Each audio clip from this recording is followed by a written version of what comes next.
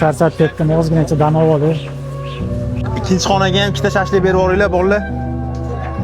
Chillashib nima o'tiribsan? Odamlarga qaramaysanmi? Bola 13 qo'lga qara. O'tiraverasanmi?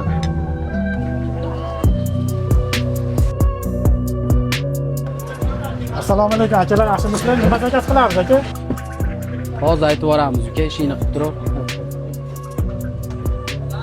Bundan boshqa odam yo'q. Bizga qaragan ishda hamma bo'g'ildi. Boshqa odam chaqir. Hoy uka, 1 minutga baqirib qarab boring.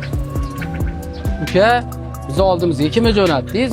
Shart sushtirikroq odam jo'nating. Ish olayotganda avvaliga qaramaysizlarmi? Yo'qoting uni batdan. Ha, bo'ldi aka. Hozir boshqasini jo'nataman aka. Assan giniydan yo'qotadigan bahona topildi. Sen 10 stolga qarab bor. Keling. Boshliq chaqirgan ekansiz. Keling uka. Keldingizmi uka? Mana aksentlarda kunlik ish haqi 200 mingdan, mana lobbidagi har doimgidek 300 ming berib qo'yasiz. Xo'p bo'ladi boshliq. O'zi shu masalada oldingizga kirmoqchi edim. Lobbiyadan ko'p shikoyat tushyapti. Haydamasak bo'lmaydi. Klientlarga yomon muomala qilyapti. Qolgan ishlarni pulini berib yuboring, lobbiyda menga chaqiring, o'zim gaplashib olaman. Chillashirdan qutuldik. Ishdan ketding. Chillashir bor, boshliq chaqiryapti seni.